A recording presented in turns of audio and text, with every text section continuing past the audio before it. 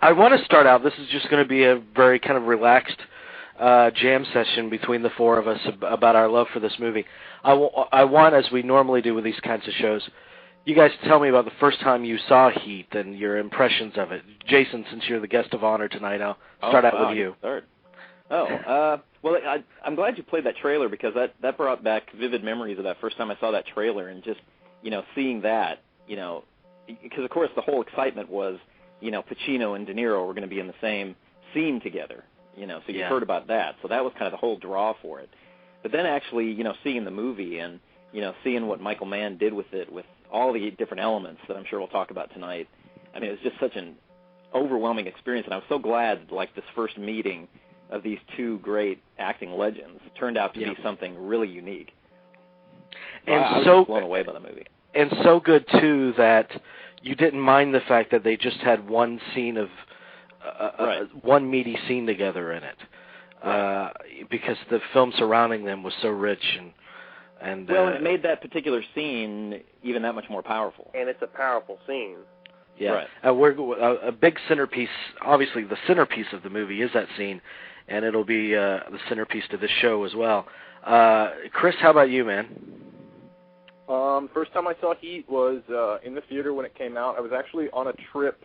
It was my first trip to New York City, and I went and saw it in New York City. I was 15 years old with a buddy of mine that was on the trip with me, and we just, what can you say about the first? It's one of those movies that the first time you see it, it's it's great, but it's you can't even take it all in. It's just too much. It's like spending a week in New York City. It's not enough time. Mm-hmm.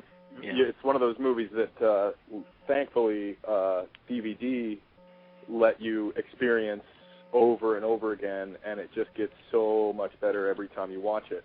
It was just a really incredible experience. And like you're saying, they only have that one scene together, but there's such a great movie surrounding that one scene, and there's so many other great performances in the movie too. I mean, literally no bad performances in the movie of all these great these great character actors and people that pop up every time I watch it. I'm like, oh, I forgot that Ted Levine was in this, and he, all these other smaller parts that are just brilliant surrounding the two obvious powerhouses that are in it. Yeah, Jerry. I think I took the day off from work to go see it when it opened, if I'm not mistaken. That's my man right there. I wore a Reservoir Dogs T-shirt to see it too, and then I went back the following Monday to take a friend of mine to see it because, like you said, there's so much to take in. But I think you go to see it because Pacino and De Niro, but there's so much more in it, and you really realize with this film what a genius Michael Mann is. There's no doubt about it. And what I think is very important is to look at this film, and also Casino came out just 2 or 3 weeks earlier. And these are by both seasoned directors, and I think both of them, in one sense, I know Scorsese was Casino, I think had something to prove to the younger guys making crime films, but it was like something, we do this, and we do this better than anyone else. And there's a strong argument to be made that Michael Mann may do it better than anyone. There's also two things that brings up. First of all, a terrific year for De Niro. I mean, these are two just perfection. These two performances, and secondly, Michael Mann has done a lot of terrific films. But I was watching the commentary for JFK not too long ago, and Oliver Stone was watching JFK, and he said, "This is my Godfather." And I think as good as Michael Mann's films are, I think Heat is his Godfather. I agree. Yeah. I was so excited about seeing it, obviously, because I'm the major Pacino freak that I am. Yeah.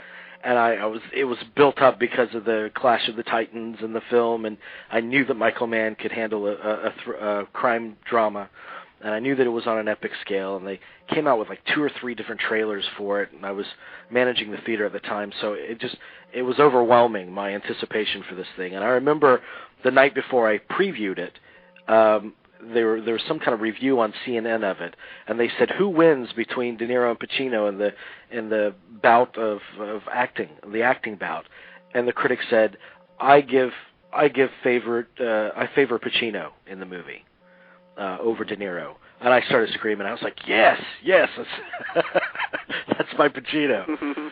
I watched the movie, and I was completely overwhelmed by it. It was so much more than I thought it would be, and I was expecting, lots from it. Mm-hmm. Mostly for the peripheral characters, and just the immersive quality of that world that he created, and how detailed it was.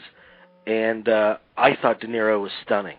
Yes. And De Niro was the one I was with throughout the whole movie.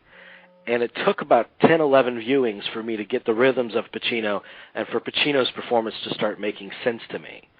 But that's partly why I think he's such a great actor, because there's more to discover of his work the more you watch it, It's not just all laid out on the table. I wanted to talk a little bit about how this movie came to be and how it fits into Michael Mann's resume. Michael Mann has always been preoccupied with people at work, first of all, the criminal element as well, from his earliest days. I mean, you can look at stuff like, obviously Miami Vice is there, but a movie like Thief, the career criminal, the kind of romanticized lone career criminal. But also he had this idea much earlier, because he had read of an exchange between a detective and a career thief. Right. Chuck Adamson, I believe, was his name. I think in 1963. He was following this thief. He was trying to nab him. And he had great admiration for him, because detectives love a good challenge. They kind of respect a very talented thief, as this guy was. And by happenstance, in 1963, they happened to have run into each other. And he said, "Can I buy you a cup of coffee?"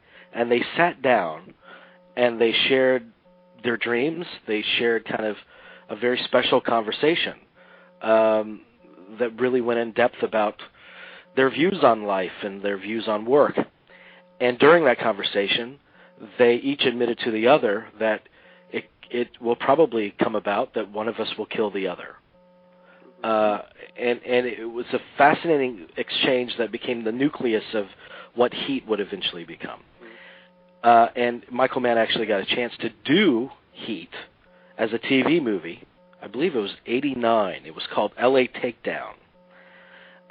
And when you watch L.A. Takedown, it plays as like a dry run of what Heat would eventually be. Just let me get some people together, get the neighbors together, and let's put on a little a little run through of a very early draft of Heat.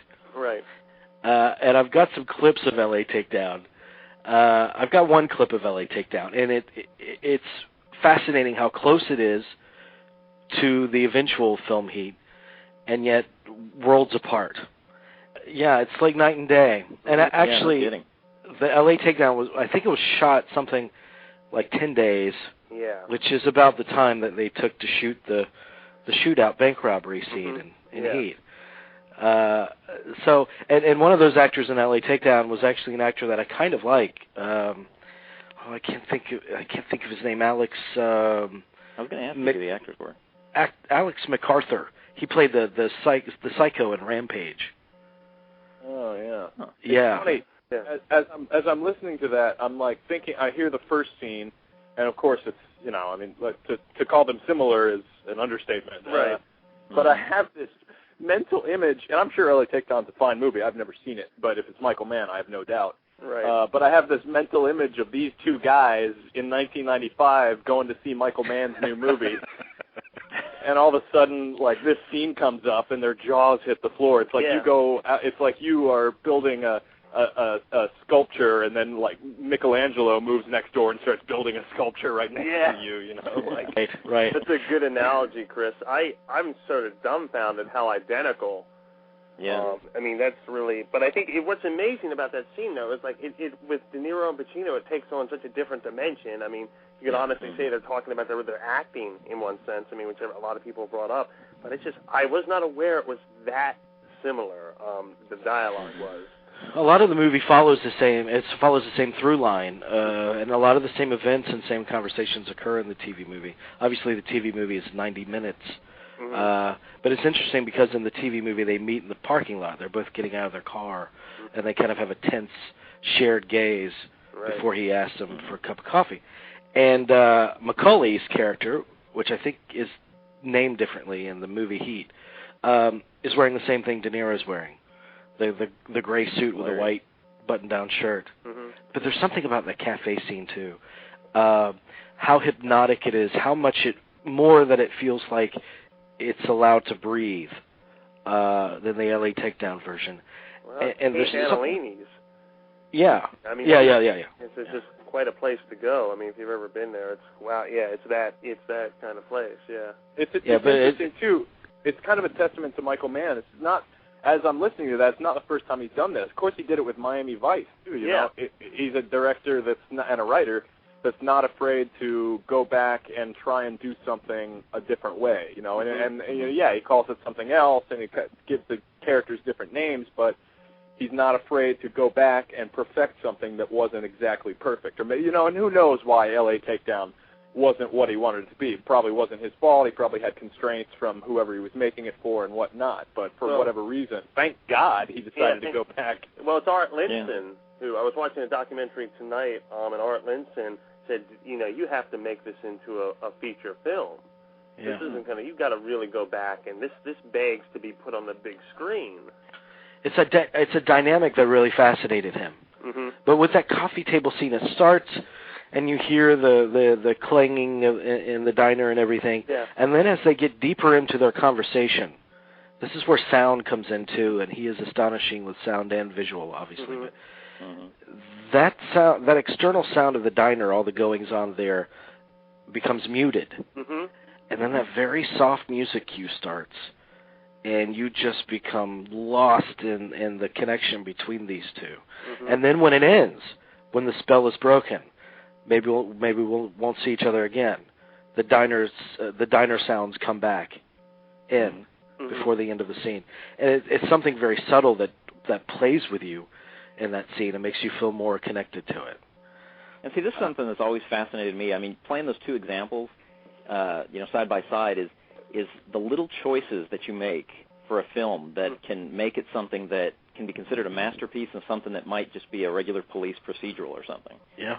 Because, I mean, the choices in, like you said, the music, the sound, obviously acting. I mean, acting is such a huge part of what makes something so successful. Right.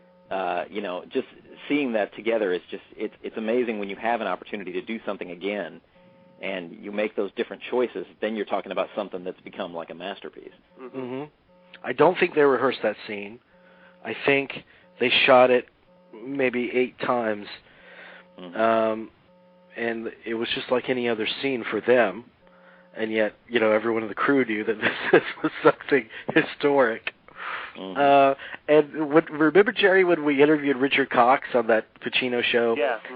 And he talked about, he heard that there were alternate takes somewhere, and it's a real illumination into the difference in approach between Pacino and De Niro. Because De Niro, he finds his note, and he sticks to it.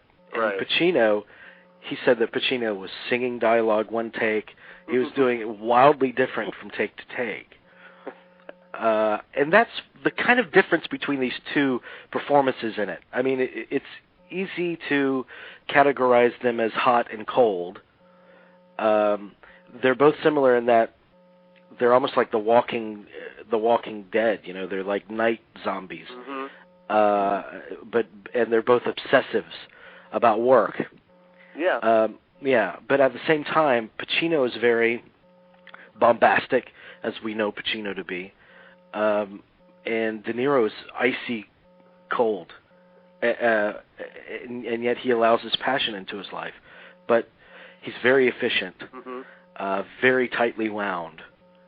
You gotta believe that. I do feel like that's probably one of the only scenes in the history of filmmaking where nobody had to say quiet on the set beforehand. I feel like everybody was saucer-eyed, ready for that scene. Like they probably didn't have any prep to do before they showed up on set. Like it was all ready to go. Let's see these two go at it. Yeah. I would like to say something, though, about we talk about the Pacino's bombast and all that. I don't think it hurts his performance in this film, though. I actually think, especially in the second half of the film, I just watched it again last night for the first time in a couple of years, I actually think it's wildly appropriate for the character. Mm-hmm. I really do, and people use it as an excuse against him a lot, but I really think for Vincent Hanna, it's totally appropriate, and it makes for a very wild, enjoyable performance, especially the scene with the TV set. Yeah, which we'll be playing in a little bit. But the part of it too is that I thought that he was doing the Pacino bombastic thing, and this is coming from his biggest fan. Yeah, and it took me out of it. Because De Niro was being so subtle, but Pacino is also very subtle in the movie. The more I watch it, but then I found out about the real character, his counterpart. Yeah. And I thought, oh, okay, that's actually this guy. Yeah. He's got this guy down. Mm-hmm. He's ferocious. He's startling. But amazing. It just makes him more complex. Mm-hmm. It does, and it's good counterpoint to De Niro as well. Oh, it's excellent counterpoint to De Niro. Just like Waingro is good counterpoint to De Niro, Waingro, actually, the psychotic, played by Kevin Gage, who's just frightening in the movie. Oh, yeah. He makes you sympathize with De Niro more. Right. I think without Kevin Gage's role there, De Niro would come across as possibly more of a shady, bad villain. It's a stereotypical villain. Well, he's the principled criminal, Yeah, he goes after him. When he goes after him in the last third, I think it's an excellent counterpoint to Waingro, because I think that's the part of the genius. Like we were talking about the smaller characters. I mean, the addition of Waingro, you have this psychotic on your crew, who changes everything, who creates more obstacles, more problems for you. I mean, just work of genius. Just a very fascinating character, and I think that's what I like about De Niro's character, because as Jason said, a principled criminal, but he has these morals that he live by, a code that he lives by, and Waingro is the antithesis of that. De Niro is very, very threatening. You have no reservations that he would that he can resort to violence. Mm-hmm. Oh yeah, but he's so efficient in the movie. Mm-hmm. Yeah. And the other performances in the film, that's what's so special about Heat, and it's what elevates it from the typical cops and robbers genre, is how much attention it pays to the characters, the supporting characters, down to the smallest supporting characters. You've got great actors. You've got Kilmer. You've got Tom Sizemore. And a great performance from Sizemore. I mean, great performance. Yeah. John Voight. Almost and incredibly, he's a really imaginative actor, John Voight, and he creates a character that's, I think, not even on the page, because there's not that much there, but he makes it so specific. I think it's makes based it unique. on Eddie Bunker. Isn't his character Nate kind of based on Eddie Bunker, who wrote No Beast So Fierce, and the prison writer who also Animal Factory and was also in Reservoir Dogs. Right, Mr. Brown. Yeah, that was my understanding, was that's who that character was based on. Yeah. Right. And of course Ashley Judd, and that's another thing about it, the women in the film. And this is the one reservation about the movie that I have. I think it's great. They really go into detail about the relationships between these characters to each other and with their mates. And I think that deepens the scope of the film. Mm-hmm. There's even some stuff with Sizemore, some deleted scenes of Sizemore with his family and giving a present to his children. And that makes it, adds extra volume to the scene where he tries to shield himself with a child in the shootout. But the way some of these women are written, particularly Diane Venora's role, and there's psychology throughout Heat, kind of psychobabble, but from that character it feels particularly pretentious to me. Your thoughts? Do you guys have any thoughts on that?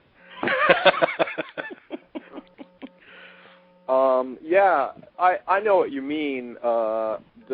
when she's talking to Vincent in particular, like when she goes on about sifting through the detritus and all that kind of stuff, like it doesn't seem entirely natural. It doesn't seem necessarily like the way people talk.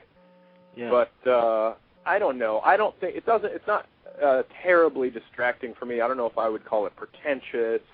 She just strikes me as a real intellectual. I'm not even sure if we ever find out what it is she does for a living. Yeah, I don't. In the movie. Yeah. But I get the impression that she is I don't know. Maybe it was just me throwing that onto the movie, but I always got the impression that she was in some sort of intellectual field, whether it's psychology or psychiatry or something like that, because she's analyzing very analytical. Yeah, she is. And but, she might be reflective of, it sounds so surface, but she might be reflective of the house that she lives in, that the ex-husband left her, what the dead tech postmodernistic bullshit house. Yeah, I mean, that's probably where she's coming from, and she's on Prozac all the time, and she's an unhappy person. Well, she has the one line at the end though, about her daughter, and she goes to Al Pacino, and she goes, "Well, she chose you." Yeah. I've always found that to be a devastating line. I mean, I think that says more about her than anything else in the film. I mean, that's who and not even his daughter, but just he goes, "She chose you." I always found it to be a very powerful line. Yeah, and the women throughout they're different. Obviously, Edie, Amy Brenneman, De Niro's girlfriend, love interest in the film, is a complete innocent. She doesn't know what she's into. Yeah, way out of her head. Yeah. Way, yeah. Ashley Judd is very assertive, very demanding. That's a passionate relationship between she and Val Kilmer's character, and they fight a lot. One of her best roles. Yeah, I think so too. And then you have Diane Venora, who they're dead to each other. They can't connect. You wonder what they ever saw on each other too. Yeah. And I'm watching it last night, and I'm just like, what did these two ever see? Because he proposed because she. It's a class thing almost. So they're two totally different ways of life, really. Well, he proposed because she asked him to. Right. There's a scene where they tell each other that. Mm-hmm. And then also not to be ignored is the Dennis Haysbert character, which is also an essential part of this film, and that he's the blue-collar criminal. Mm-hmm. And he's the one trying to go straight. And he has a very loving, supportive woman. Yes, he does. Yeah, and that's a very touching scene, and it's a scene that actually in L.A. Takedown, or that character in L.A. Takedown, he just showed up as the driver and then was killed. You had no idea who he was. He was incidental. But it kind of tugs the heartstrings a little bit with Dennis Haysbert and the way they flesh out that character. When he's really trying to, you can tell that he's really wanting to, do better, and then when he goes straight into work and, is basically, ripped to shreds, Another like all manhood's gone. Having to give a 25% cutback for a good report to his parole officer. Yeah. Bud Cort, Bud Cort out of nowhere. Yeah. Yeah. Jeremy Piven out of nowhere in this movie. Mm-hmm. I do love that scene where Piven's like, my daughter gave me this shirt. Yeah. like it's gonna make a difference to this guy right now. Like he thought that was gonna tug at his heartstrings. Like he was gonna keep his shirt. No he even chance. says, I don't give a shit who gave it to you. You knew that line was coming.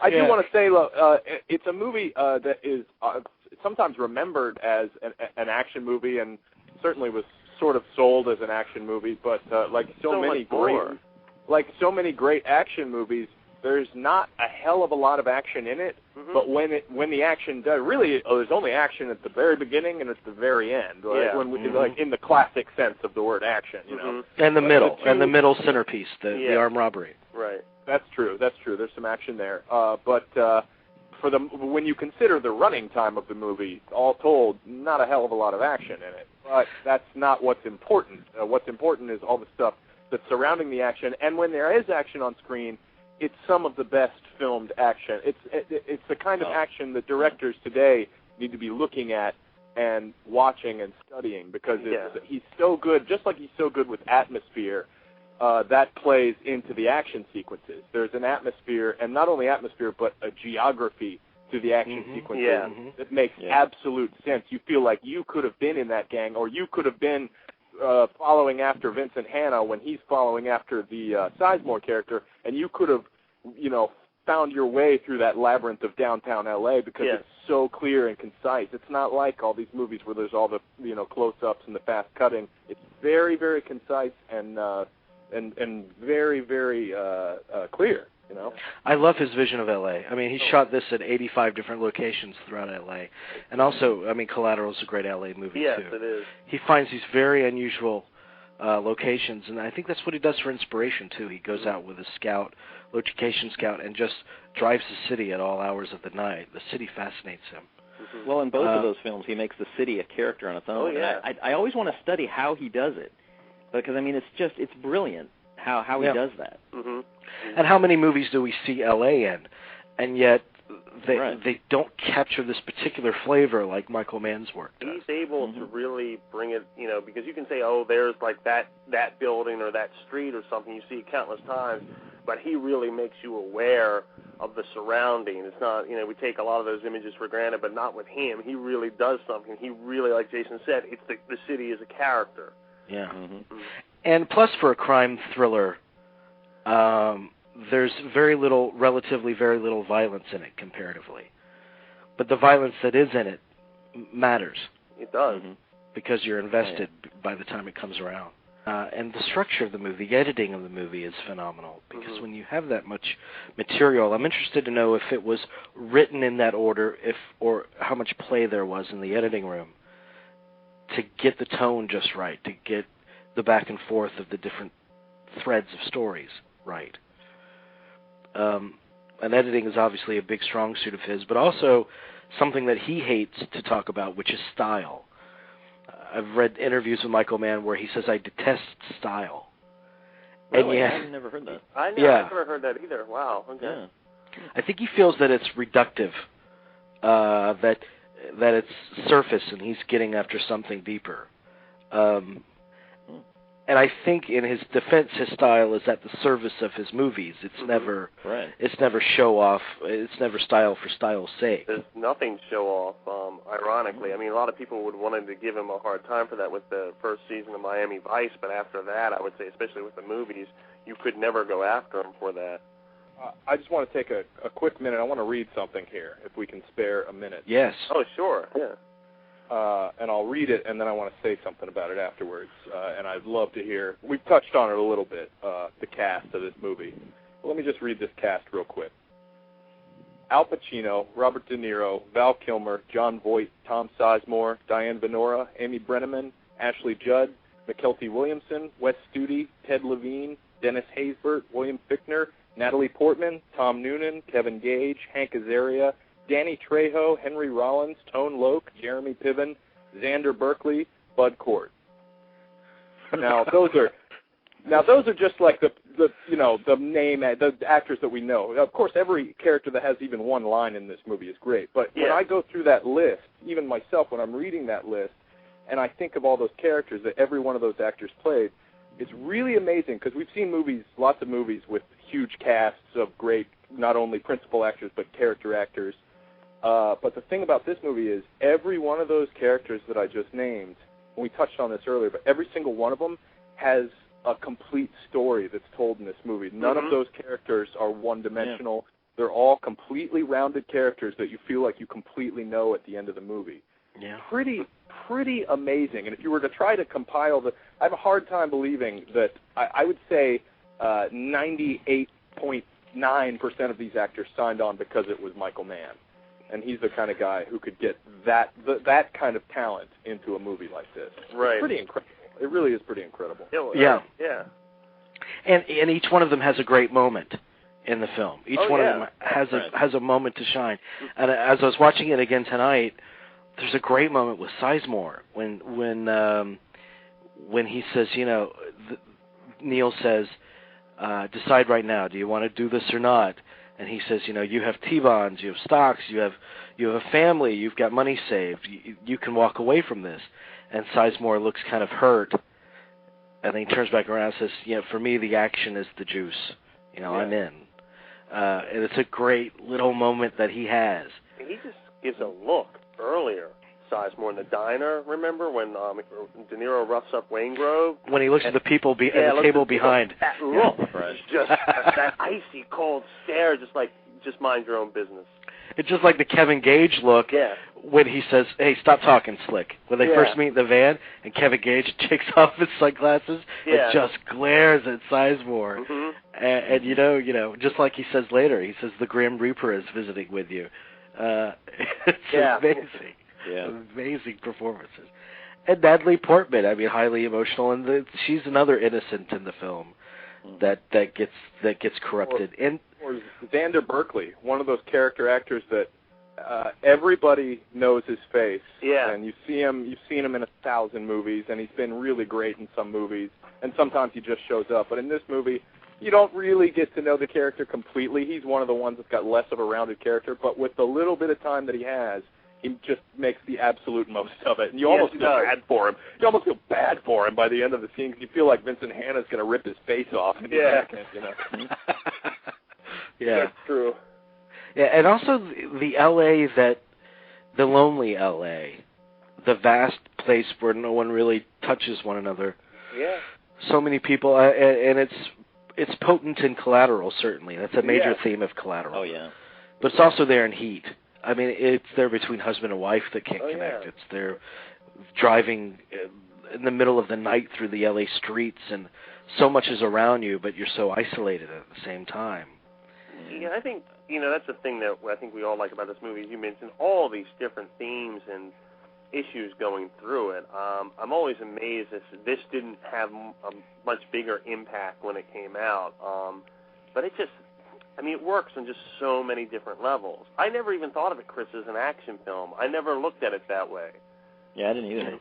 No, I don't look at it that way either, but that's a little bit how it was sold. And of course, the poster's got everybody with their guns on it. Yeah, that's Hollywood for you.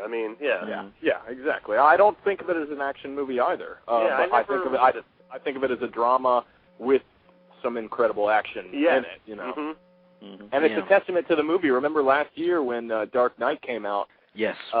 It was so hard not to make those comparisons. It really is. Oh, yeah. Like, we've seen lots of action movies throughout, the 70s, 80s, and 90s, and here's this movie that came out in 1995, 15 years ago, that people are still comparing action. When people do a really well-made action sequence, this is kind of that sequence at the end is kind of the yardstick these days for a well-made action sequence. Yes, it is. Yeah. Mm-hmm.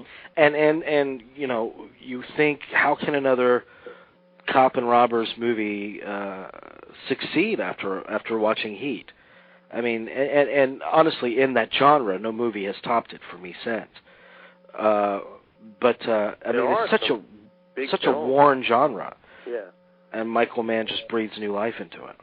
Yeah, it was a worn genre in 1995 before this movie came out. It's not like it's worn out after Heat. No, it was well worn. Oh yeah. Yeah. At the same time, it was successful critically, certainly. Oh yeah, big time critically. It didn't tank. It performed respectably. Mm-hmm. It wasn't a blockbuster like Jumanji was the day it came out. But no. But I think when remember Entertainment Weekly used to publish these things back. They always said, it wasn't a hit, it wasn't a bomb. It's just I guess in relation to cost or whatever, it didn't perform as well as they thought. But that's only in relation to cost. No, it's a critical, I forget what the rating is on Rotten Tomatoes as of last year, but it's a huge critical darling. Yeah. Mm-hmm. And for a 3-hour movie, for it to have made 75 or whatever it made in the U.S.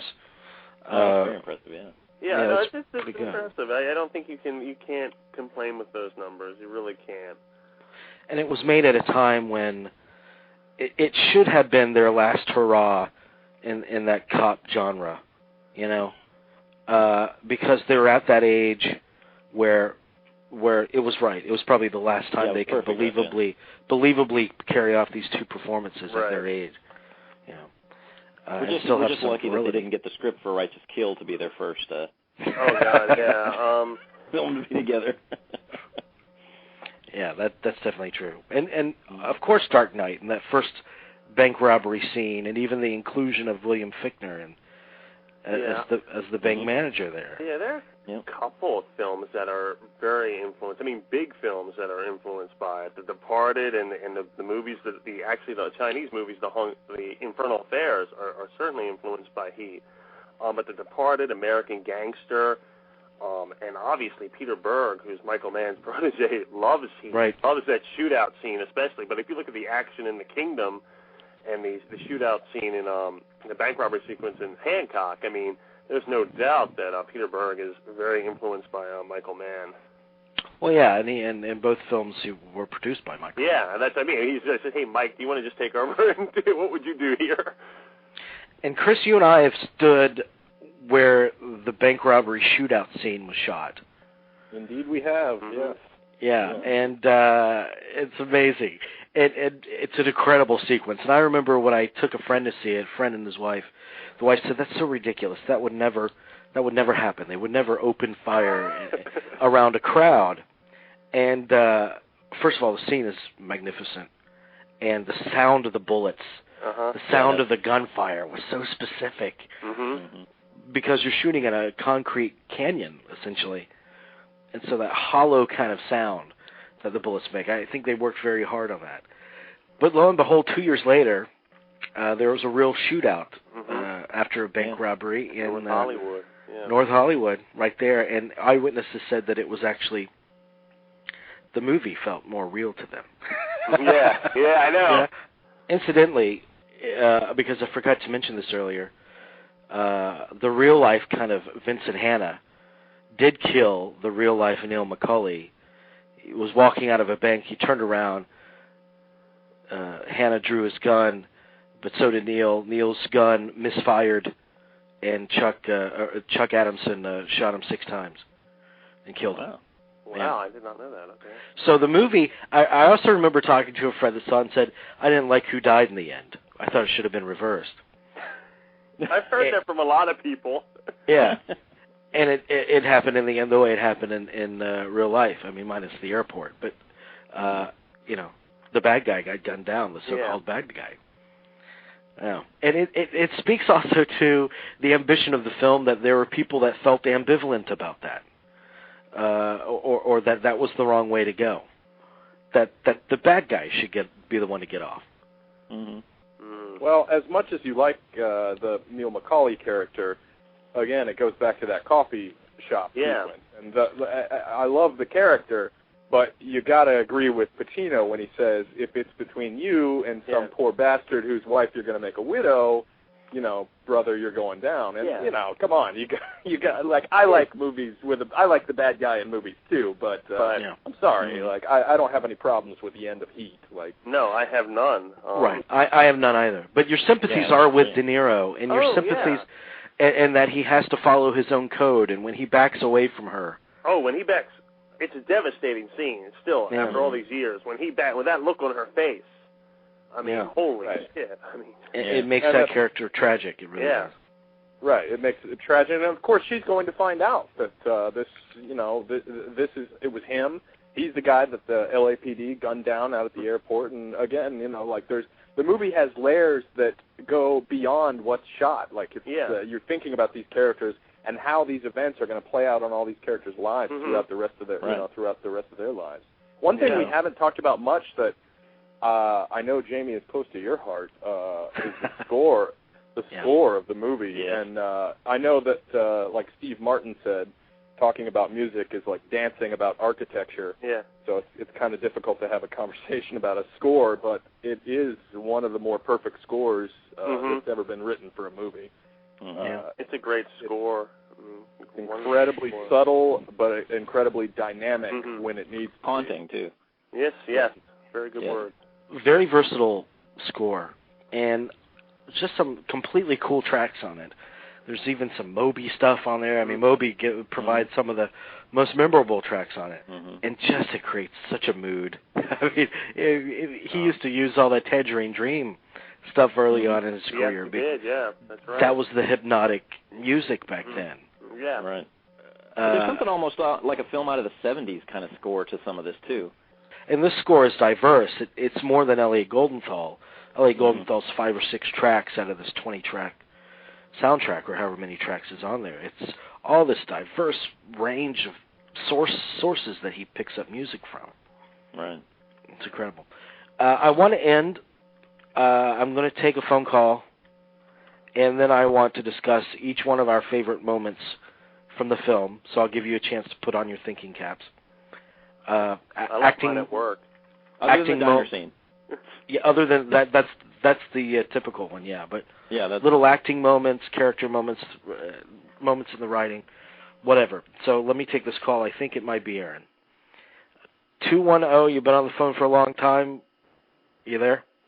And enjoying the discussion, and just to bring a couple of points, a lot to cover real quickly, but it's interesting to note when y'all were first starting talking about LA Takedown and just how even back then Michael Mann was kind of feeling his way in the TV movie version. It's interesting to note that this goes back even further, predating Manhunter, when I know William Peterson has talked about how him and Mann were talking about doing Heat and at one time, and then Manhunter came up. So that's like 82, 83 stages of how long this project was gestating for Michael Mann.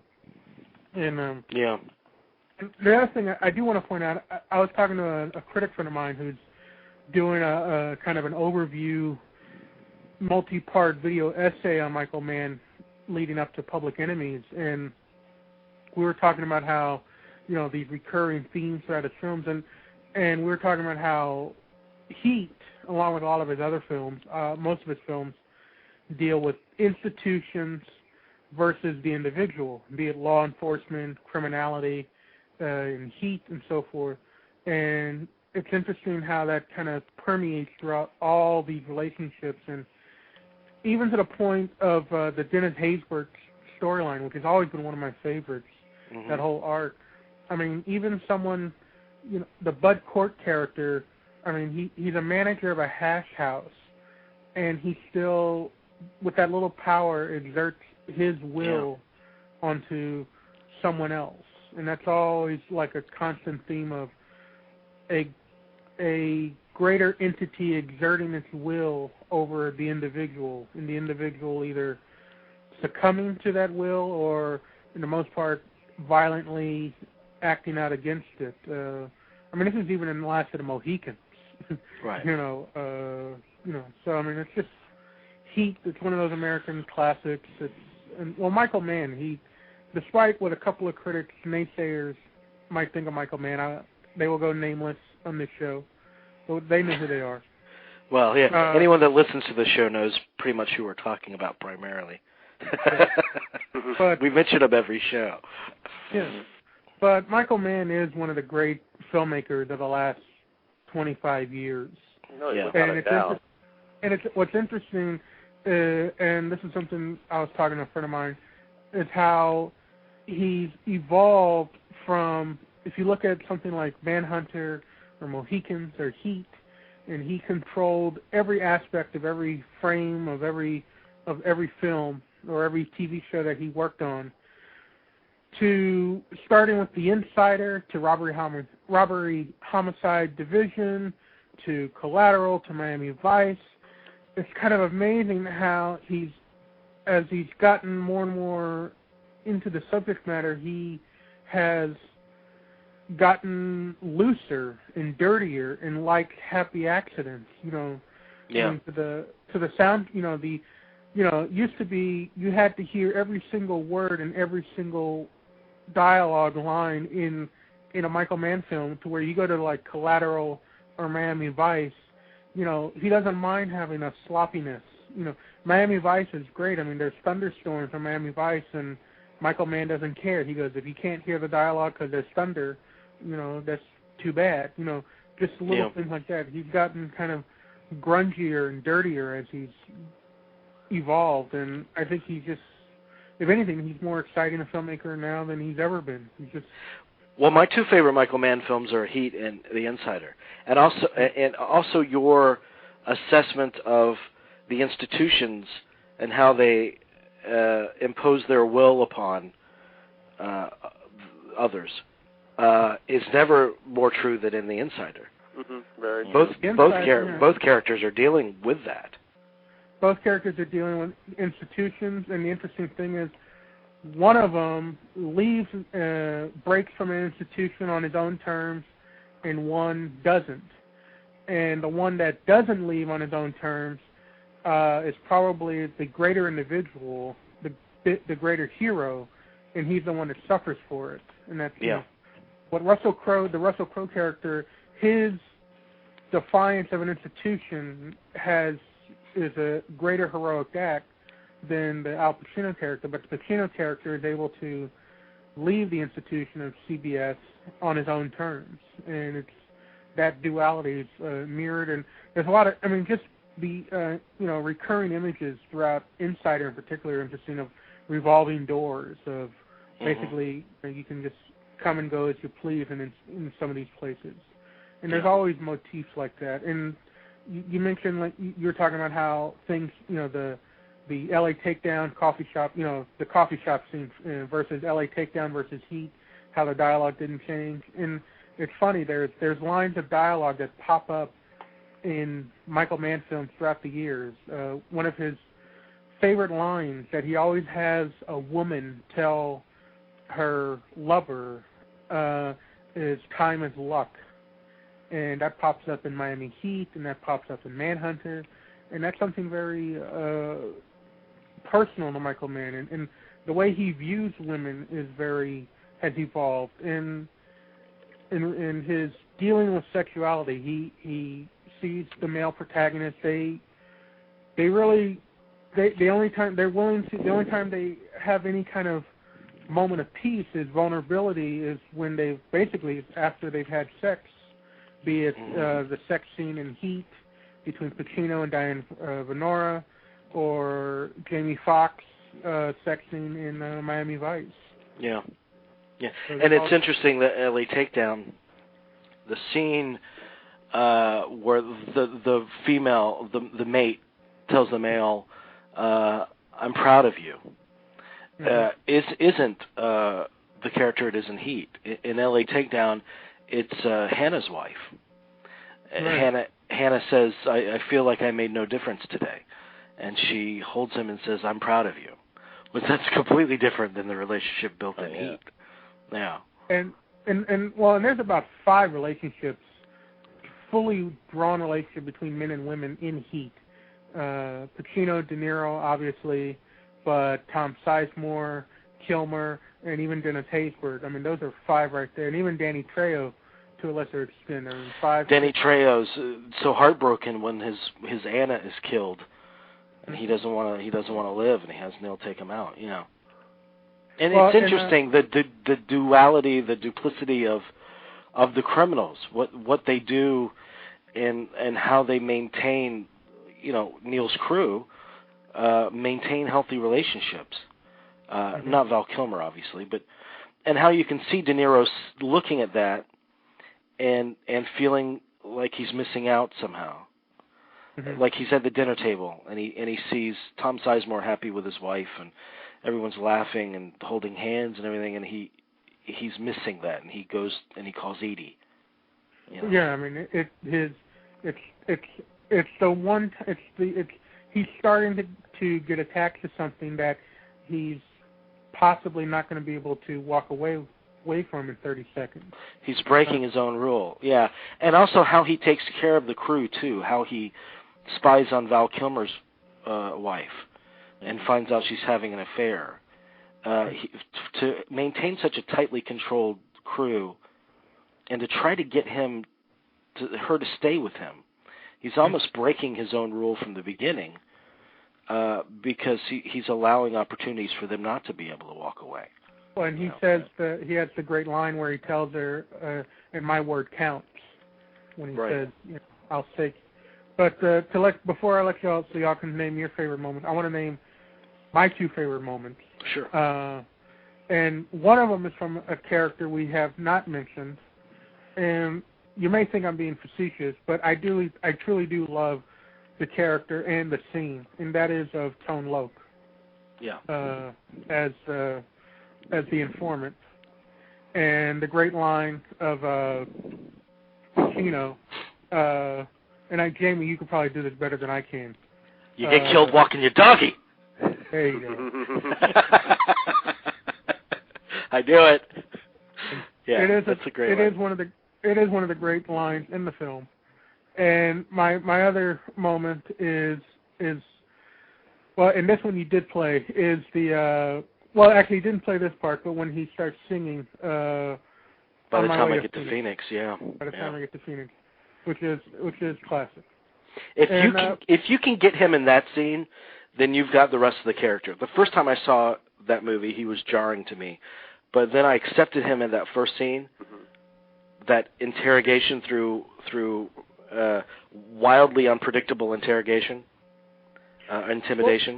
What's interesting to note is that the criminals, or the real criminals, these real blue-collar criminals, they're not really thrown by him to a certain extent.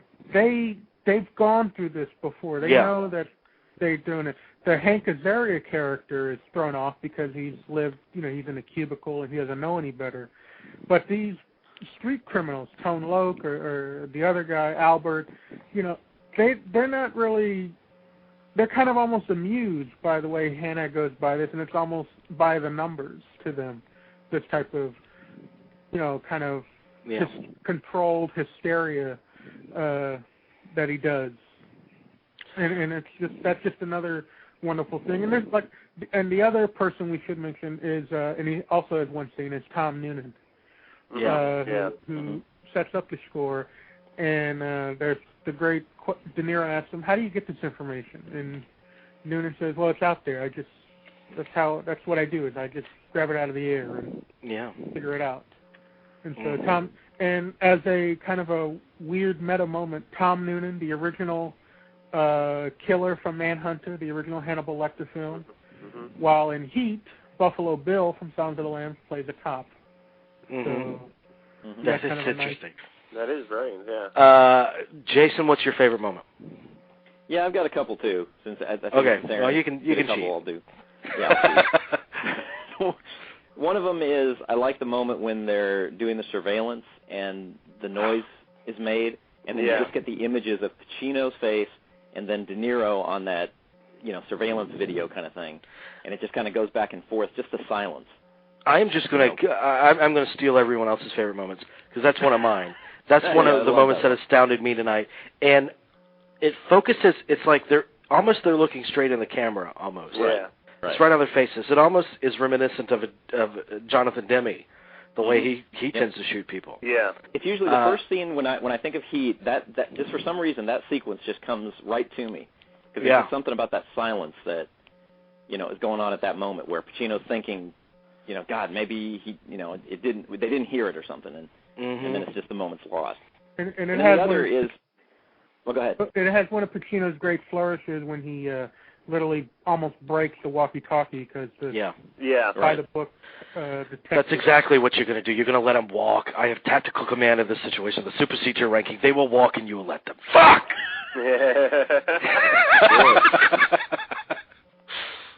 Okay, go ahead, Jason. This one kind of encompasses, it comes from a couple of different scenes, but what I remember most about Heat are the smiles between De Niro and Pacino. I talked about it in the chat first in the diner scene when he says, I don't want to do anything else, pretty much, and Pacino gives him that little smile. That's a great. And then also, great smile. I love the smile when, and it's a good scene too, when they're surveilling them from that huge whatever that field is, and then Pacino's team goes down there, and you know what they're looking at? They're looking at us. And then you get that smile with De Niro. I love that scene. That's a great scene. Such a great scene. And you got that smile on De Niro's face as he's taking his picture. Yeah. That's what makes that whole relationship brilliant, is just because you sense that there's that respect between the two. That's exactly what it's built upon. Yeah. This mutual respect. So yeah. I mean, De Niro loves it that he's figured it out, That's great. And then the next scene, they're in the great motherfucker. Or then the next scene, they're in the car. He's in the car with Voight. They're reviewing Hannah's file, and he wants to know more about Hannah. Right, exactly. You with this guy in your tail, you should let this job pass. You know. Look at this move, this way move, this move, this move, the way he moves. Yeah, right. He's a cowboy, you know. He's been divorced 3 times. Why do you think that is? He likes getting married or something, you know. Yeah, it's great stuff. Okay, Chris, how about you, buddy? Those are all great scenes you guys mentioned. It's hard to pick a favorite scene out of this movie, but one of the scenes I love is the coffee shop scene, not between De Niro and Pacino, but the coffee shop scene between De Niro and Amy Brenneman, because not only without that relationship is really important, because otherwise you got the Neil McCauley character is just, you know, we've seen him 1,000, you know, badass criminals that we love, and he knows all the moves, and he's the best criminal around, but that's the scene where he is that criminal at the beginning of the scene, and of course, you know, she's just being a sweet girl, and like just, not only did you pick the wrong city to try and strike up a conversation at a coffee shop, you picked the absolute wrong guy in the wrong city to try and strike up a conversation. Absolutely. And of course, he comes right over the top with, you know, lady, why are you so interested in who I am and what I do? And then he sort of gets it, like, this woman is just trying to strike up a conversation with me. And that's the first time in the movie that you actually get to see Neil McCauley, not the criminal. You get to see him drop that curtain, and you get to see the real guy, and he sort of takes it easy. And without that scene, I really don't think that character works for the rest of the movie. That's especially a good point. If he just had a girl that you just, you know, if you have to see that relationship develop in that moment to know that he is a real guy. He doesn't just have some floozy that he, you know, bangs when he's in L.A., you know. Yeah. That's a really, really important scene and well played. And he's constantly asking her questions. I mean, that scene and the next scene, it's almost like another interrogation. I mean, he's trying desperately to connect with someone, to feel like he can know someone on the outside. That is a great scene when he softens like that. Yeah. Anything else you want to face? Well, only every other scene in the entire movie. Yeah, I'm with Chris there. Every other scene in the movie. I am partial to the scene. It's just one of those great twists in a movie where they sort of lure the cops out to that sort of outdoor factory, and it's just, and Pacino sort of slowly puts it together. You know what they're looking at? They're looking at us. You know, that's a great. It's a great moment because you, as the audience, are also unaware, and it was great to sort of be fooled by McCauley and his gang, just like Vincent Hanna was. You know, they got him. Like, they're looking at us. That's all it is. Jerry, you got anything? Well, I mean, you know, you guys are taking everything already, but two things I do want to point out. I do love the way the parallels between Vincent and Neil, how they're dealing. You know how, you know, Neil has to go settle scores on the way to the big showdown, and Vincent has his things to do, and I love the parallels there. But one of the scenes I love, because it's just, you never imagine anyone taking down Henry Rollins, and Al Pacino just takes him down. It's a great scene. You're just like, holy shit! I mean, who is this guy? How do you do that? If you've ever seen Henry Rollins in concert or seen him, I mean, you're just like, oh my God. Henry Rollins probably thought that was the coolest thing ever. He gets to be beat up by Al Pacino. My favorite De Niro moment is in the tunnel when you talk about settling scores. Yeah. When he decides that there's time to settle the score with Waingro. Yes. And you see it building. He can make his escape, but he just can't let it go. And he has this kind of in his face. He has this kind of begrudging smile on his face, and he makes the turn off, and he tells Amy Brenneman, "We got time." Yeah. That's a great moment. That is.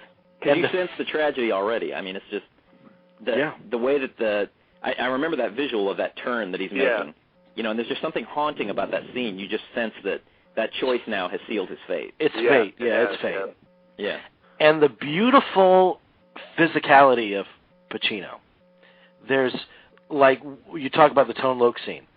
When he walks into that club and the music's going, it's just a very aggressive walk that he has.